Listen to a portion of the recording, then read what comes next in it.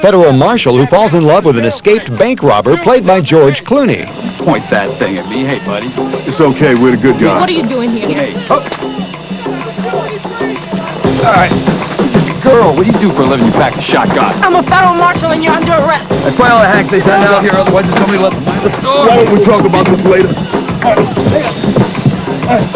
Watch your head. Take this car. I'm in. Let's go. What happened to Z? He's taking a personal day, so I'm filling in. You fill in any more and you'll explode. That same year, she lent her voice to the all-star cast of the animated tale Antz, where she got to work with action star Sylvester Stallone. Nobody told me digging was so much fun. You know, you pick the dirt up, you move it, you pick it up again, you move it again. Lots of reps, you exercise the arms and the thorax. Yes, I see what you mean. Yeah, that is fascinating. Sorry, sir. I was just having a little chat with my friend, sir. Her comic book, the movie follows two groups of mutants who are at battle with each other. Hugh Jackman is a good guy, Wolverine, who fights the evil Mystique, played by supermodel Rebecca Romaine Stamos.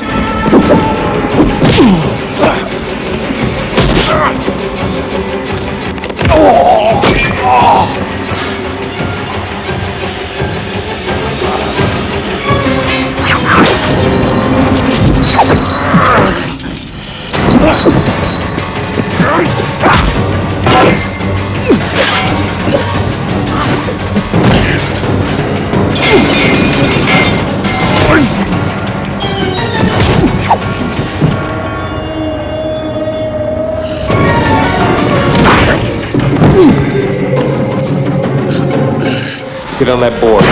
New this week is the dark thriller Bless the Child. Kim Basinger stars as the aunt of a 6-year-old girl with supernatural powers. When the child is kidnapped, it's up to Kim to save her from the forces of evil.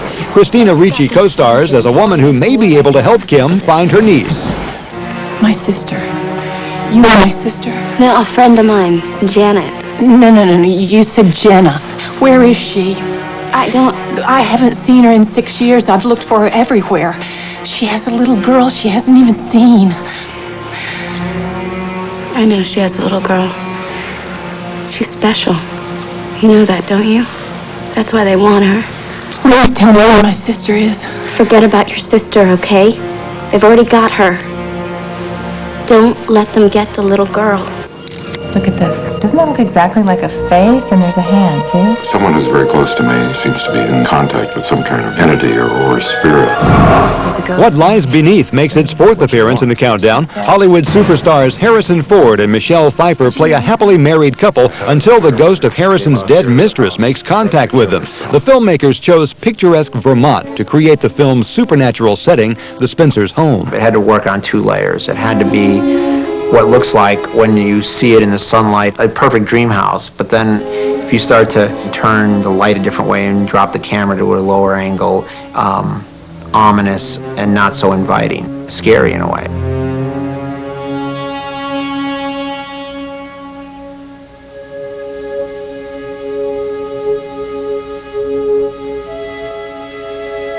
Bob's comment to me was, if Alfred Hitchcock had a computer, how would he use it? And so it's really like a kind of an Alfred Hitchcock film where you're seeing something kind of extraordinary, but it's very naturally played out or performed. I think she's starting to suspect something.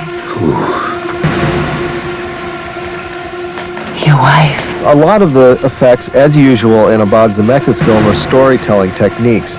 He likes to make use of the latest technology just to invent new shots and to have the camera move in different ways and tell the story in different ways.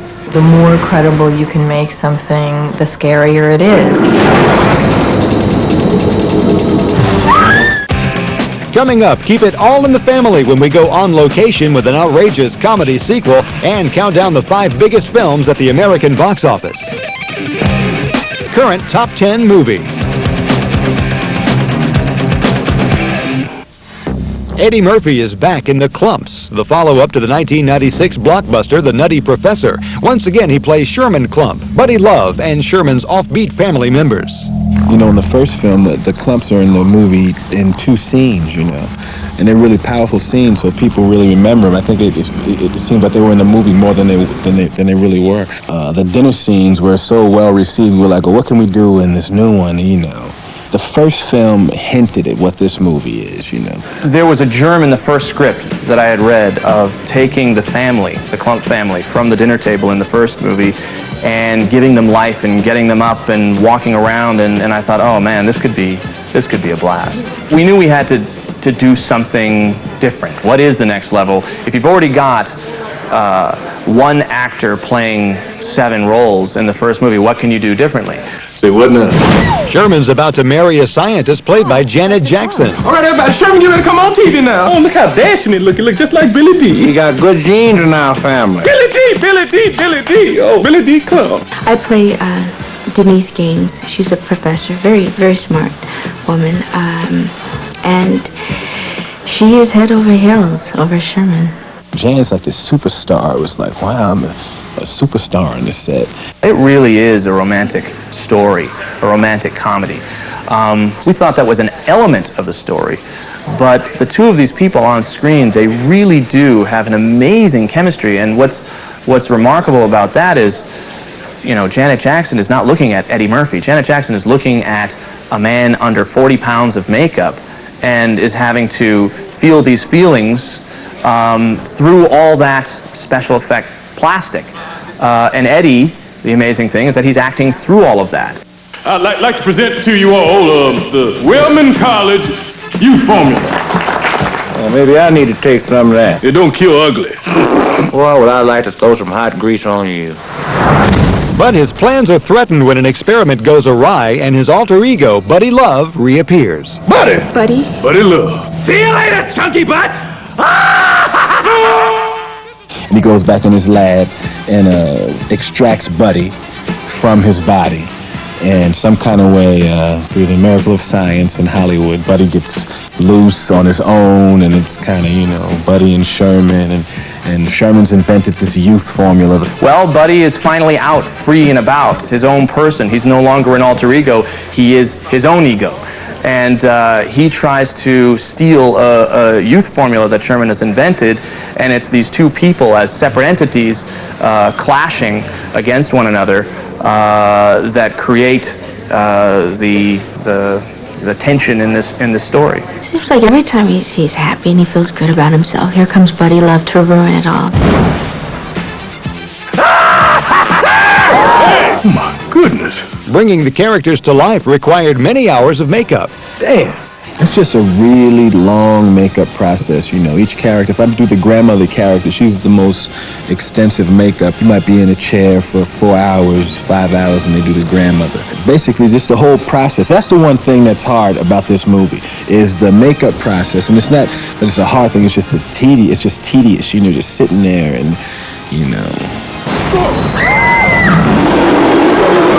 Look at that! Something like that'll ruin a man. Now, was that supposed to happen? Sherman is my favorite Klump, but I think, having done this whole story, Papa Klump is a close second. They're all different. There's the grandma, who's absolutely hilarious, and just as, what would be the word? I don't know. She has a lot of fire in her. She reminds me a great deal of my grandmother. That was one of the things that was, that made me wanted to do the movie, was doing the whole Klump family. No matter who your favorite Klump may be, they've all been doing well at the box office. In just 3 weeks, this comedy has earned $93 million. Let's see what's bringing in the money at the cinemas as we reveal the 5 biggest movies at the American box office. We just went on location to see the making of the number 5 movie, The Klumps, starring Eddie Murphy as Sherman Klump, Buddy Love, and the rest of the Klump family. With the help of his fiancée, played by Janet Jackson, Sherman may have discovered a secret potion that can make anyone young again. Yes, we are. This little experiment makes use of Professor Gaines' brilliant research on gene targeting. Now, if I've composed this formula properly, this should be most impressive. All right, Buster, abundanza.